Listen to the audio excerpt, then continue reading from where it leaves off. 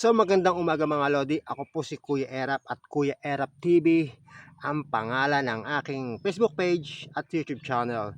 So isa po akong manunulat na mahilig gumawa ng istorya o kwento na kung minsan ay nauuwi sa nobela. So ang atong mga nagawa, Encantadong Gangster. Oh, Kuya, may mga tauhan pa. O dalawa,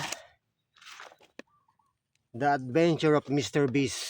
Kung haba ng istorya nito pero huwag tayo dyan. The Son of the Sun, anak ng araw. Nakita ko lang yung iba kong sinulat. Born to be Assassin. Yan. Aba po nito. Kaya kong gumawa kahit book 2, book 3. Pero ang ibabahagi ko sa inyo ay ang The Legend of the Seven Acts. Ito pong ibabahagi ko sa inyo. First chapter. So ako po ay magkukwento. So simulan ko na po ang kwento mga Lodi. So magsisimula ang ating kwento sa bansang Nuevo Mirando, isang bansang kababalik pa lang ng kaayusan at katahimikan. Paano ba naman kasi isang madugong digmaan na naganap? At ang digmang ito ay isang kudita na ang may kagagawa ay si Don Poctasio. Si Don Poctasio lang naman ang pumapangalo-pangulo sa bansang ito. Naglunsad siya ng isang kudita dahil gusto niya mapatalsik ang pangulo at siya ang humalili sa pwesto nito upang maisakatuparan niya ang masamang ayodya niya sa bansa. At dahil dito, isinilang ang isang alamat. Ang alamat ng 7 palakol. So, pasakali pa lang. Ito po ang tunay na kwento.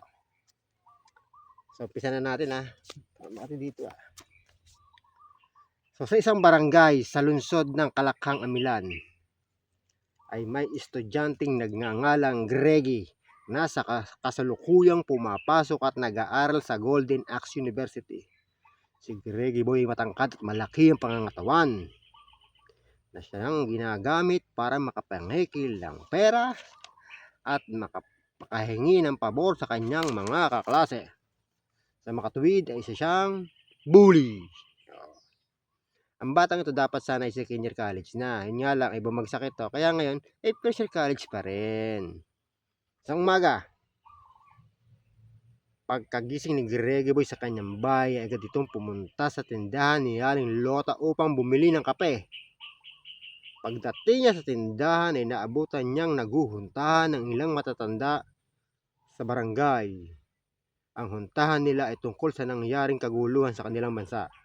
Kaya't bahagya siyang tumigil sa tindahan ni Aling Lota upang pakinggan ang usapan ng mga elders. At ito ang kanyang narinig. Ang unang elders, bali 4 po yon, si Mang Calixto. Sabi ni Mang Calixto, ilang taon na rin ang lumipas, magbuhat ng isang kodita ang naganap sa ating bayan. Mabuti nilang kanyo at hindi nagtagumpay si Poctasio na patalsigin sa pwesto ang ating Pangulo. Sabi ni Mang Pablito, padalwa ang elders, kung nagkataon kawawa ang ating bansa, pamumunuan tayo ng isang taong hayok at ganit sa kapangyarihan at kayamanan, malulugmok sana tayo sa kahirapan. Sumagot naman si Mang Juanito, patatlong elders, buti na lang kamo, may mga taong tumayot lumaban para sa kayo sa katahimikan ng ating bayan. Ang pang-apat na elders sumagot din, sabi naman Silverio, balita ko ay isang grupo ang kakampi ng Pangulo at ang grupong ito di umano ay ang mga berdugo ng Pangulo. Ang grupong ito sa panig niya ang nanguna sa pakikidigma at pakikipagpataya, mapanatili lang ang tuwid at tamang daan ng ating bansa. So si Greggy Boy nakikinig, biglang umiksena at sumiit sa usapan at nagtanong ng ilang bagay. Sabi ni Greggy Boy, mga lolo, ano po bang grupo ang tinutukoy nyo? Mukhang nakakatakot naman sila dahil natalo nila ang mga kalaban ng ganun-ganun na lang. Sabi ni Mang Silverio, makinig ka sa aking bata. Ang grupong tinutukoy ko ay ang grupong 7 palakol. 7 silang tao na bihasa sa paggamit ng palakol at ayon sa mga nakakita, gumagamit ang 7 taong ito ng iba't ibang uri ng sandata na gawa sa palakol. At iyon ang gamit nila sa pakikipaglaban. Ganoon sila kahusay. At ayon na rin sa usap-usapan na may isang tao sa grupo na ito na kung tawagin na ika-7 ang pinakadelikado sa lahat.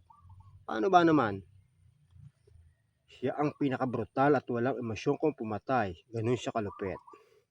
Ang sabi ni Greggy Boy, sagot ito, ay lolo, may nakakakilala po ba sa mga taong ito sa 7 palakol? Sabi ni Mang Juanito, wala tutoy. Paano ba naman? Nung panahon nang sila'y nakikipaglaban para sa kaayusan ng ating bayan, ang 7 tao na ito ay puro nakamaskara o nakatsyubmas. Kaya walang nakakakilala sa kanila maliban kay Presidente de Marcos na siyang pinagtitiwalaan nila. So, sumagot uli si Greg Boy. Ganun po ba? Sabi ni Mang Pablito, alam nyo ba mga kasama, may bulong-bulungan ng 7 taong ito ay may mga marka sa katawan at ito ay ayon pa rin sa kanyang mga nakasama. Sabi ni Greg Boy, ano pong marka ang tinutukoy nyo, Mang Pablito? Ito po bang marka nila sa katawan nila ang magpapakilala sa kanilang pagkatao? Sabi ni Mang Pablito, oo, Greg Boy. Ang markang tinutukoy ko ay ang 3 palakol sa iba't ibang bahagi ng kanilang katawan. Bawat isa sa kanila ay may 3 palakol, tanda ng pagiging berdugo nila. At dahil sa tago ang kanilang pagkatao, malamang sa alamang na posibleng nasa lubong na natin sila sa daan, pero hindi pa rin natin ito namamalayan. Sagot ni Greggy Boy, nakakatakot pala ang 7 palakol. Sabi naman ni Calixto, talagang nakakatakot at nakakamangha sila. Mandi ka ba naman napatigil nila ang naganap na digmaan, pero ganun pa man ay magpapasalamat pa rin tayo sa kanila dahil sila ang naging susi para manumbalik ang kapayapaan. At doon natapos ang usapan ng mga elders sa tindahan ni Aling Lota. At ito naman si Greggy Boy ay umuwi na sa bahay nila para makapag-almusal at makapasok na sa Golden Axe University. So, dalawang tagpuan sa eskwela, sa universidad na. So, pumunta na tayo sa Golden Axe University kung saan nakapasok na ang batang bully. Pagpasok niya sa kanilang room, isang bagong estudyante ang kanyang namataan. Bagong transferi. Ang pangalan, si Jeben. Ang mag-aaral na nangungupahan sa dorm sa kabilang kanto malapit kina Greggy Boy. At medyo natuwa si Greg dahil may bago na naman siyang mahihinga ng pera. Kaya't lumapit ito sa bago niyang kaklase. Tinanong ang pangalan at kung saan ito nakatira. At ito ang kanilang naging usapan. So dito na makikilala ni Greggy Boy si Jeben. Si Greggy Boy nagsalita. Sabi ni Greggy Boy, bata, bago pasok ka. Anong pangalan mo at saan ka nakatira? Sumagot si Jeben. Sabi ni Jeben, ako si Jeben at galing ako sa probinsya ng Osamis. Sabi ni Greggy Boy, ako naman si Greggy. At ikinagagala kitang makilala. Sana ay maging masunurin ka para wala tayong maging problema. Sabay alis si Greg. Hindi na sumagot si Jeben at itinuloy na lang ang pagbabasa niya ng libro. So lumipas ang mga araw, napansin ni Greg ang laging pag-iisa ni Jeben. Walang kausap at palagi lang nagbabasa ng libro. Agad pumasok sa utak ni Greg na ito na ang tamang oras. Sisimulan na niyang gatasan si Jeben. Araw yun ng Martes. Wala silang guro dahil vacant yun. Pagkakataon na ni Greg. Agad tumayo si Greg sa kanyang pagkakaupo. Tumayo.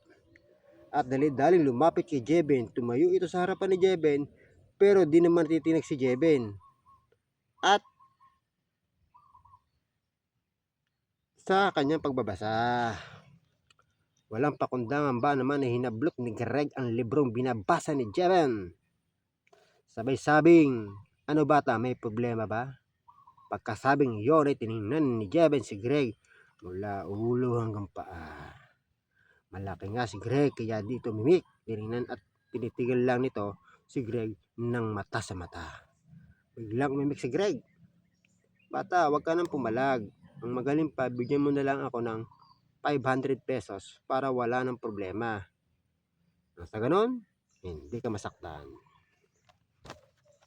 Dahil sa kapapasok pala ni Jebe sa universidad ay ayaw nito ng gulo kaya dumukot ito ng pera sa bulsa na nagkakahalaga ng 500 piso para bigay kay Greg. Tuwang-tuwa naman si Greg at sinabing, "Masunuring bata, bukas ulit ha." Sabay alis ni Greg. Ang eksenang yun ay nasaksihan ng buong klase kaya naawa sila kay Jeben, pero ang hindi nila alam ay masaya pa ito pagkat napigilan niya ang kanyang sarili na lumaban. At sa pagkakataong iyon ay nakuha niya ang simpatsya ng kanyang mga klase at nung araw ding iyon ay dumami na ang kanyang kaibigan. Dahil madami na ang mga kausap sa kanya, akala kasi ng mga classmate niya nalampas siya at walang kakayahang lumaban. May nagsabi pa nga sa kanya na buti na lang hindi ka pumalag sa kanya, kung hindi bugbog ka sana. Matapang kasi yang si Greg dahil meron siyang kapatid na senior student at miyembro ng Black Spider Gang. Yan ang sabi ng kaklase niyang si Ricky. Ganun ba? Sabi ni Greg. Huwag kang mag-alala sa akin. Kayo ang mag-ingat sa kanya. At isa pa, maraming salamat sa iyo, kaibigang Ricky. So kinabukasan, sa loob ng classroom, naispatan na naman ni Greg si Jeben. Saktong vacant ulit. Ang prof nila ay umuwi dahil di umano ay may emergency pupuntahan. Lumapit muli si Greg kay Jeben na kasalukuyang nakaupo. Itinaas ni Greg ang paa. Lumapit muli si Greg kay Jeben na kasalukuyang nakaupo. Tingnan mo si Greg, kasalukuyang nagbabasa. At sabi ni Greg, bata, dahil sa mabuti ka, gusto ko sana bigyan mo ako ng 1,000 piso. Ngayon, alam ko namang mapera ka. Kayang-kaya mo naman itong ipagkaloob sa akin ha. Ha ha ha ha. Tawa siya, sabay tapik sa balikat ni Jeben at muling sambit na, dali na. Bata, gusto pang masaktan eh. So habang nakaupo si Jeben, pansamantala muna itong tumigil sa kanyang pagbabasa upang harapin ang kaklase niyang bully. Tiniklop si libro at tumitig ng matalim kay Greggy Boy. Nakakatakot naman yung mga mata mo, bata. Pwede bang wag mo akong tingnan ng ganyan, lalo lang akong nanggigigil sa iyo eh. Yan ang sabi ni Greggy Boy kay Jeben, pero di pa rin inaalis ni Jeben ang matalim niyang titik kay Greggy Boy. Muli nagsalita si Greg na, ang tigas talaga ng ulo mo, bata. Sabay suntok sa mukha ni Jeben. Pumiling lang ang ulo ni Jeben, gumanyon lang para umima sa suntok. Lalo nagalit si Greg sa nangyayari, kaya inulitin-ulit ng suntok si Jeben. Kaya lang hindi makatama si Greg. At hindi nang inis si Greg, sumigaw ito at pinalabas ang mga kaklase. Nagsilabasan nga ang lahat. Tapos dumungo sa bintana para masaksihan ang magaganap na labanan. Sa pagkapahiya naman ni Greg, dahil hindi ito makatama kay Jeben, kinuha nito ang librong binabasa ni Jeben. Yung libro kinuha ang lighter sa bulsa at saka sinindihan hanggang magsimula na itong maglingas. Sa puntong iyon ay mukhang di na mapipigil ni Jeben ang kanyang misyon. Paano ba naman kasi nasa dulo na siya ng nobelang binabasa niya, tapos masisilab lamang nang dahil lamang sa isang bully na kagaya ni Greg. Kaya bago patuloy ang mapugnaw ng apoy ang librong binabasa ni Jeben ay gumawa na ito ng aksyon. Bigla niyang sinugod si Greggy Boy at sinipa ang kamay nito, dahilan upang tumalsik ang librong kanyang binabasa. Pero huli na ang lahat dahil nasunog na ang huling bahagi nito. At doon ay nagsalita na ang ating bida, Greggy Boy. Ang ginawa mong ito ay isang malaking pagkakamali. Sumagot naman ang bully. Talaga lang ha, habang tumatawa ito. At sa pagkakataong ito ay sumiklab na sa galit si Jeben. Parang bulkang sumabog. At ang tunay niyang pagkatao na isang manlalaban ay biglang lumabas o isang fighter. Suntok sipa ang inabot ng batang bully. Bugbog siya kay Jeben. Samantalang habang binubugbog ni Jeben si Greg ay may dalawang persona ang nakakita dito at miyembro din ito ng Wild Spider Gang. Kaya pumasok ang mga ito ng room upang tulungan si Greg sa halip na awating. Yun nga lang, ang resulta, bugbog din ng dalawa. Sa kabila naman ng lahat ay namangha ang mga kaklase ng dalawa sa kanilang napanood. Palakpakan naman nga ito at naghiyawan pa. Sabi pa nga ng isa, ano, nakakita kayo ngayon ng inyong katapat. Mahaba na. Isa-isang bumangon at lumabas ang tatlo ng room at halatang iniinda ang mga suntok at sipang tinamon nila mula kay Jeben. Isang linggo ang lumipas, hindi pumasok si Greg. Nagpagaling muna pala ito ng mga pasa sa katawan upang sa ganon ay hindi madagdagan ang kanyang kahihiyan. At ang isa pa ay nagsumbong pa ito sa kanyang kuya, ang Kuya Frony na kasalukuyang leader ng Wild Spider Gang. Humingi ito ng suporta sa gang nang sa ganon ay makabawi ito. So lumipas ang ilang araw, isang hapon sa labas ang gate ng Golden Axe University ay may 6 na kalalakihan ang nakatambay at tila ba may iniintay. At ang senaryong ito ay nakatawag pansin kay Ricky, ang kaibigang kaklase ni Jeben. Kaya't bago patuloy lumabas ng universidad si Jeben ay pinuntahan niya ito para bigyan ng babala at kung sakaling lalabas agad ang ating bidang si Jeben ay posibleng mapahamak ito. Dahil ayon kay Ricky ay namumukha niya ang mga ito na pawang mga miyembro ng Wild Spider Gang. At ang inabangan nila ay walang iba kundi si Jeben upang paghigantihan. Nagpasalamat naman si Jeben kay Ricky dahil sa pag-aalala nito sa kanya. Pero mga Lods, ito ang winika ng ating bida kay Ricky. Salamat kaibigan Ricky sa iyong pag-alala. Abuti pang lumayo ka muna sa akin pansamantala. Dahil pupuntahan ko muna sila ngayon para kausapin at hihingi ako ng pasensya sa nangyari upang sa ganoon ay matapos na ang anumang hindi namin pagkakaunawaan. Sabi naman ni Ricky, sige kaibigan, nag-ingat ka. Dahil sa tingin ko buong buo ang mga loob nila naturo ka ng leksyon. So pagkatapos ng usapan ng dalawa ay pumunta na si Jeben sa lugar kung saan may naghihintay sa kanya. Manday ka ba naman, pagkakita pa lang ng 5 Wild Spider Gang kay Jeben ay isa-isa sumugot ito kay Jeben para bugbugin. So, another part.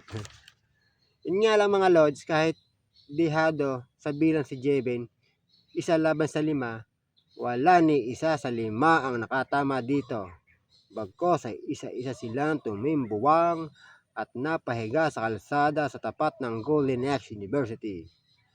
At ang pang-anim kasama nila, sa halip na tulungan ng iba, ay humalit ang takbo. Dahil sa takot, paano ba naman kasi, kitang-kita nito kung paano pinabagsak ni Jeben ang kanyang mga kasama. Sa mga sandaling iyon, ay muwi na ang ating bida sa dorm na tinutuluyan niya at iniwan ng 5 lalaking mataka sa kanya na nakabulagta. So again, kinabukasan ulit.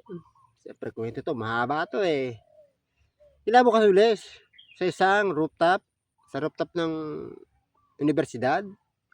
Ito ang kampo o hideout ng Wild Spider Gang ay pinag-uusapan ang pangyayaring pambubugbog ni Jeben sa mga miyembro nito. Nandoon si Pruni, ang leader ng gang na may codename na Buhawi. So yung codename ng kanilang leader, si Buhawi. At ito ang sinabi niya, sobra na ang kapangasan ng Jeben na yan. Masyado na siyang magpapogi habang sinasapit natin ang kahihiyan. Oras siguro para ako naman ang kumilos. So yun ang sabi ni Buhawi. So mula sa rooftop ay bumaba na si Buhawi kasama halos lahat ng member ng kanyang gang upang puntahan si Jeben sa classroom niya. So pagdating sa labas ng classroom ay agad itong pumasok sa room upang kausapin si Jeben at ito ang bungad na salita ni Buhawi sa ating bida. Ikaw ba si Jeben? Yung estudyante bumugbog sa mga member ko? Sumagot naman ng ating bida, "Oo, ako nga. Ano bang kailangan mo?" Sabi ni Jeben. "Ako lang naman ang leader nila, ang pinuno ng Wild Spider Gang. Kung talagang matapang ka at palaban ay hinahamon kita sa isang labanan." "Sabagay," sabi ni, "wala ka namang magagawa o pagpipilian dahil pag di ka pumayag ay aaraw-arawin ka naming puntahan para guluhin sa iyong pag-aaral hanggang sa magdesisyon kang mag-drop out. Ganun din ang iyong mga kaklase. Kaya't sumunod ka sa amin sa rooftop para matapos na ang lahat ng ito." At iyon ang sabi ni Buhawi. Walang pag-aatubili na sumugod nga ang ating bida kay Buhawi sa rooftop para tapusin na ang lahat. Tapusin na ang pambubuli ng gang sa kanilang eskwelahan. Haba, 21 minutes. At dito, mag-uumpisa ang laban ng nababago sa takbo ng kapalaran ng gang at ng ating bida. So pagdating sa rooftop, ay nag-umpisa na ang laban ng dalawa. Laban ni Jeben at ni Buhawi. Walang magawa si Buhawi kay Jeben. Plakda ito. Kaya't isa-isang nagsisigura ng mga miyembro ng gang para patumbahin si Jeben. Noong una llamado pa si Jeben sa labang, kaya lang dahil sa maraming miyembro ng gang ang lumalaban sa kanya ay nakaramdam nito ng panghihina. Tao lang ang ating bida, kaya napapagod din. Noong hinang-hina na siya, isang suntok ang hindi inaasahang tumama sa kanya. Suntok mula kay Buhawi na nagpatumba sa ating bida. Pagkatumba ay kaagad na may humawak ng dalawang kamay niya. Itinayo si Jeben at saka dumais naman si Buhawi sa kanya at sinabing, "Hanggang yan lang pala ang kaya mo. Sa susunod, pipiliin mo kung sinong kakalabanin mo nang hindi mo ito sinasapit." At habang nagsasalita si Buhawi kay Jeben, ay dahan-dahan itong pumunta sa likuran ng ating bida. Sabay haklit sa damit. Wak! Di sira. Sira ang damit niya. Wasak ang damit ni Jeben. Kaya lang mga lods, ang pagkahalit ng damit ni Jeben ay tumambad ang isang nakakatakot na katotohanan. Katotohanan nagpakalog ng tuhod ni Buhawi, nagpatayo ng balahibo nito at nagpalunok ng laway na may kasamang takot. Isang tato sa likod ni Jeben ang nakita ni Buhawi. Tatong nagpabago ng sitwasyon. At alam niyo ba mga lods, ang tatong nakita ni Buhawi sa likod ni Jeben? Walang iba kundi isang palakol na may numero 7 or 7. Mukhang alam din ni Buhawi ang istorya ng 7 palakol, ang 7 berdugo ng Pangulo. Sa mga sandaling iyon ay tila ba hindi na may tatago pa ni Jeben ang pinakatatago niyang sikreto na siya sa ikapito, ang pinakabrutal, pumaslang sa 7 tinaguri ang 7 palakol. Kaya nagsalita nito, "Buhawi, marahil alam mo na ang aking sikreto, kaya hindi na ako magpapanggap. Kung naman ang iniisip mo, Buhawi, ay tama ka doon. Gusto ko sana ay pumunta ka sa harapan ko at may pag-uusapan tayo." Di pa tapos magsalita si Jeben ay parang Buhawi sa bilis kumilos ni Buhawi na agarang nasa harap agad ni Jeben. Sinampal ang dalawang miyembro nito na nakahawak sa dalawang kamay. Pak! Yan. At sinabi, "Bitiwan niyo siya kung gusto niyo pang mabuhay." Sabay luhod kay Jeben na abot ang paghingi ng pasensya. "Patawad po, bossing." Yan ang sabi ni Buhawi. Ulat lahat ng miyembro ng gang pagkat ang tinuturing nilang pinuno na siyang pinakamatapang at pinakamabangis ngayon ay parang batang nanghihingi ng awa. At biglang sumigaw nang lumuhod kayong lahat at humingi ng tawad kung mahal nyo pa ang inyong mga buhay. Kahit takang-taka ang lahat ay sumunod din sila at sa pinag-uutos ng kanilang pinuno. Ang eksenang ito, kung titingnan mo sa malayo, ay tila ba may isang general ang nakatayo sa unahan habang nakaluhod naman ang mga sundalo nito. Iyan ang tanawin kung titingnan mo sa malayo. At ang eksenang ito, ang naabutan ni Greggy Boy na late nang umakyat sa rooftop dahil may ginawa pa ito. Takang-taka si Greg dahil hanggang na kanyang pinagmamalaki, tila ba isang gagamba na nasaputan at hindi nakagalaw sa harap ng batang kanyang binubuli. Kaya't dahan-dahan itong lumakad papunta sa kanyang pinuno o kapatid habang nakatingin lang sa kanya si Jeben na walang reaksyon ng mukha. At nang makadais na si Greg ay kay Buhawi ay bumulong ito. Kuya, ano pong nangyari dito at bakit kayong lahat ay naniniklod sa kanya? Anak ng tinapa, tumigil ka nga. Ang mabuti pa'y gumaya ka na lang sa amin nang hindi lumipad ang iyong ulo, sabi ng pinuno. Sino ba siya?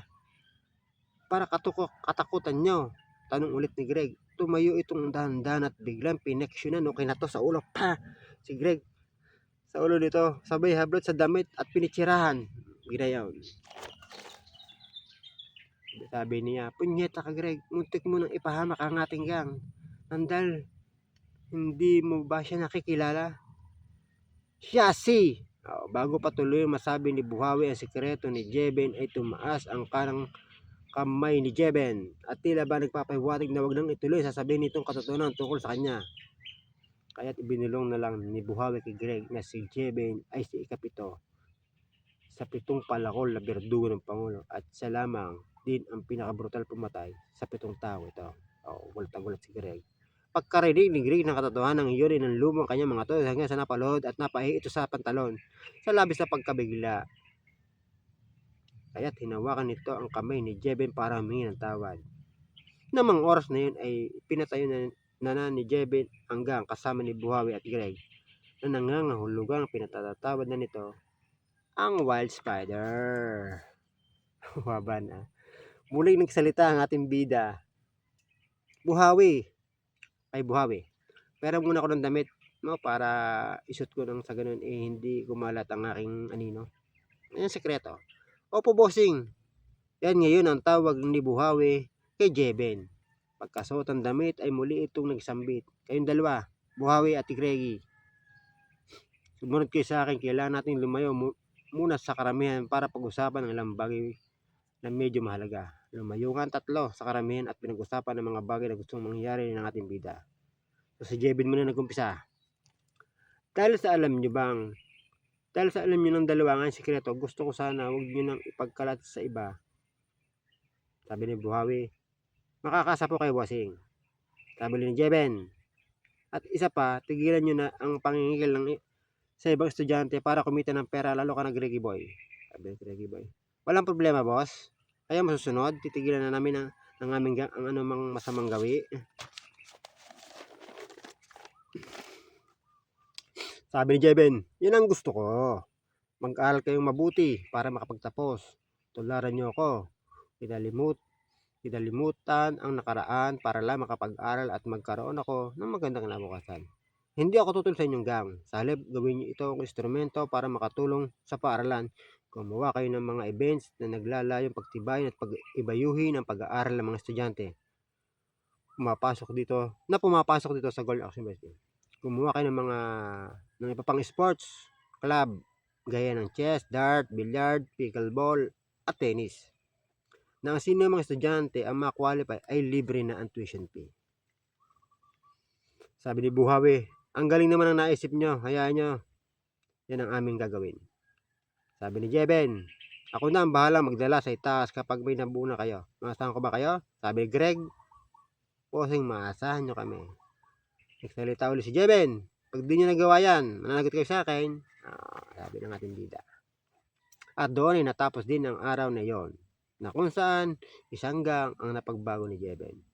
Sa paglipas ng mga araw ay naging magkaibigan ng dalawa, si Jeben at Greg. Madalas pang sumasama sa pag-uwi ni Jeben itong si Greg. Gusto kasi ni Greg na makilala pa ng lubusan ang kaibigan at malaman ang buong kasaysayan ng Pitong Palakol o ng The Seven Acts. Isang taon nang lumipas at second year na ang dalawa. Nakapasa na itong si Greg at tuwan-tuwa ito. Buti na lang daw at nakilala niya si Jeven at napagbago niya kanyang pag-aaral. May mga sports club ngang nabuo ang Wild Spider Gang. Binigay nila ito kay Jeven para dalhin sa kinaukulan. Tagumpay naman si Jeven dahil sinang-ino ito ng eskwelahan. Minsan isang araw sa dorm ay bumisita si Greg kay Jeven para mag-inuman. Pinaunlakan naman ito ni Jeven. Pinapasok ito ng dorm at doon ay nagsimula na silang mag-shotting ng alak. Nandahil sa matagal lang magkaibigan ng dalawa ay di na nahiyang magtanong itong si Greg kay Jeven kung kilala nito ang 6 pang tao na kasama niya sa grupong 7 Acts. Ngumiti lang ang ating bida at sinabing matagal na tayong magkaibigan Greggy Boy at may tiwala naman ako sa iyo na hindi mo ito pagsasabi. Ang gusto ko lang na mangyari bago ko pa tulungan ikwento sa iyo ang alamat ng Pitong Palakol, mangako ka sa akin na mananatili itong lihim sa pagitan natin dalawa hanggang sa kamatayan. Kaw! Sabi ni Greg. Ikaw pa, takot ko na lang sa iyo. Yun ang sabi ni Greg. Sige, kung yun ang gusto mo, pagbibigyan kita. Kaya lang ay mahaba-haba ito.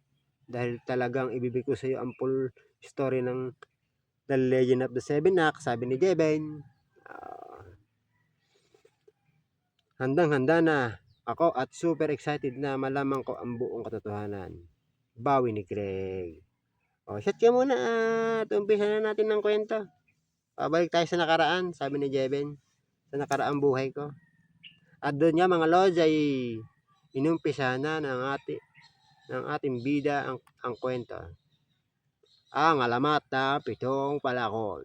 So may karugtong pa. So salamat sa pakikinig ha. So mag-follow kayo para masundan nyo ang susunod ko pang gagawing istorya. Bali ito ay first chapter pa lang. May second pa ito, may third. So, salamat.